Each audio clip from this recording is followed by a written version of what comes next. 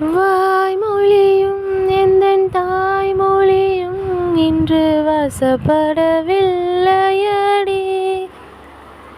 வயிற்றுக்கும் தொண்டைக்கும் உருவமில்லா ஒரு உருண்டையும் உருளுதடி.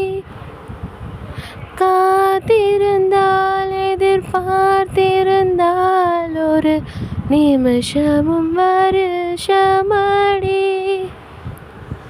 கண்கள் எல்லாம் என்னை பார்ப்பது போல் ஒரு கலக்கமும் தோன்றுதடி.